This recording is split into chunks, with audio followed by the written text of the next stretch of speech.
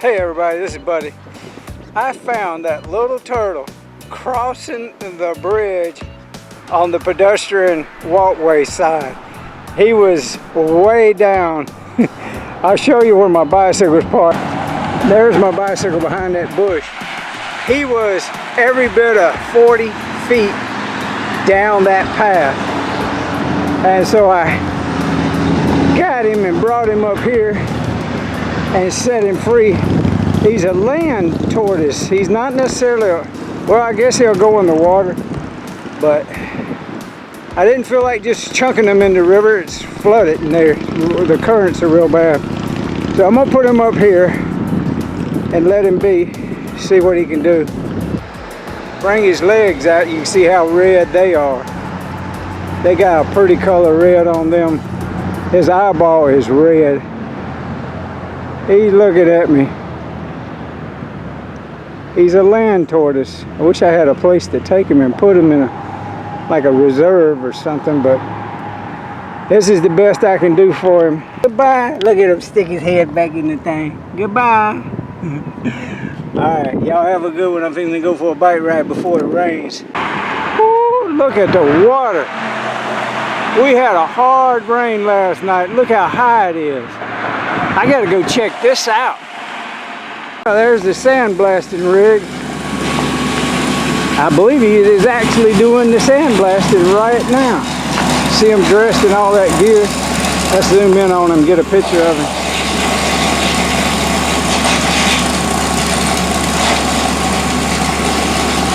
Yeah, I think he's sandblasting. He's using a tool. But that's what this is, a sandblasting rig. That's his sand, there's his hose. So he's prepping. That's what he's doing. Now I'm back with a loud ass generator. Anytime you're doing construction, historical videography and photography, you got to deal with loud ass job site noise.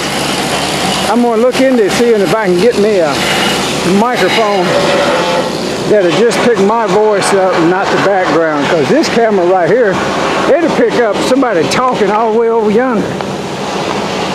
Oh yeah, it's flooded really good. Look at this. I bet all this was underwater.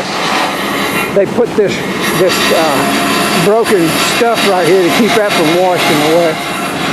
But you can see how high the water is compared to where it was the other day. And you can see the flow. Look at the flow. And it's going to rain again at 1 o'clock. And right now it's getting close to 11:30. And I got to make that hill. Oh, this is a good angle to show you the church. Look at me. I'm going to slip and fall in my ass in the water. No, I'm not. I'm just joking. Gotta be careful what you say today in these times.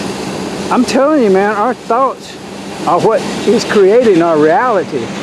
And as insanity increases in the world, it can actually be seen with individuals' thoughts. So I'm trying to tell you something about your thoughts. Watch what you say, do, think about anything, anyone, any situation. If you can't find the love in it, go to sleep.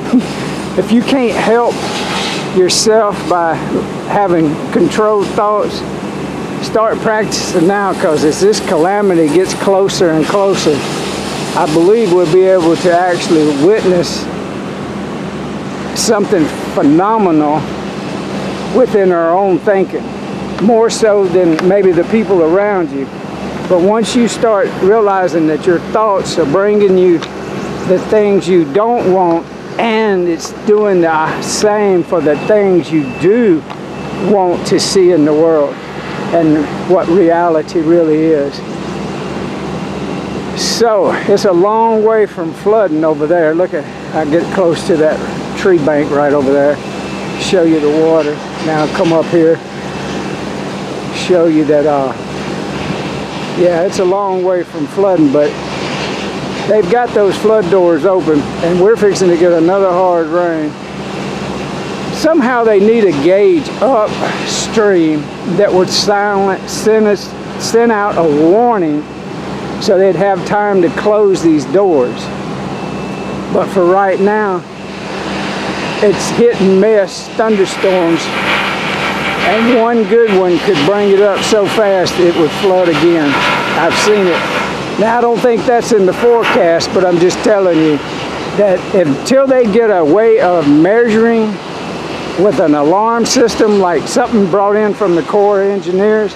Matter of fact, I may make that phone call and get my buddies in the Vicksburg district to talk to the people in Little Rock and see what we can do to give these people at least 3-hour warning that they're going to flood.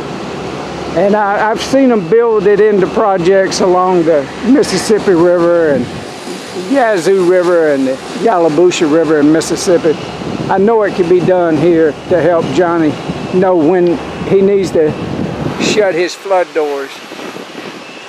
Because all of a sudden, all of this would be underwater, and it'd be too late.